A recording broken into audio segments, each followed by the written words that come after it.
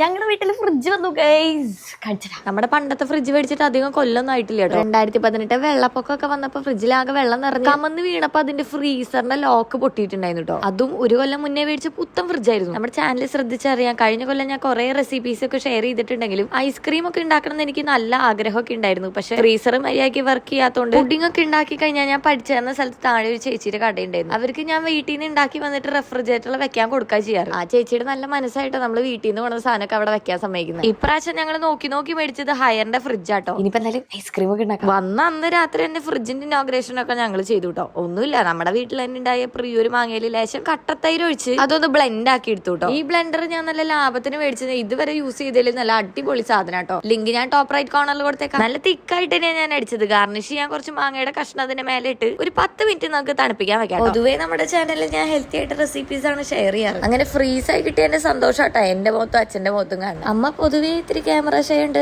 വീഡിയോയിൽ കിട്ടാൻ അമ്മേനെ ഇത്തിരി പാടാട്ടോ. എന്നാ പിന്നെ ഞങ്ങൾ ഇതൊക്കെ അങ്ങോട്ട് മിണിങ്ങി തീർക്കട്ടെ. അടുത്ത വീഡിയോയിൽ കാണുമ്പോൾ ചാനൽ സബ്സ്ക്രൈബ് ചെയ്ത് വെക്കാൻ മറക്കല്ലേ.